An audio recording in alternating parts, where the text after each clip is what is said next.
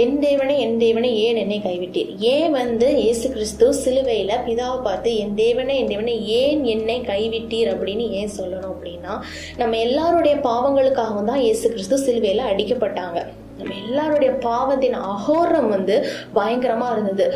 உலகத்துல இருக்கிற எல்லாருடைய பாவத்தையும் ஒரு மனிதர் சிலுவையில தொங்கி அதை ஏற்றுக்கொண்டு சிலுவையில தொங்கி மறைக்கிறாங்க. அப்படிங்கிற பொழுது ஒவ்வொருத்தருடைய தனிப்பட்ட பாவமே பயங்கரமா இருக்கும். அது எல்லா பாவங்களும் ஒரு ஆள் மேல இருக்கும்பொழுது அங்க எவ்வளவு அந்த பாவத்தின் அகோரம் எவ்வளவு கொடூரமா இருந்திருக்கும்.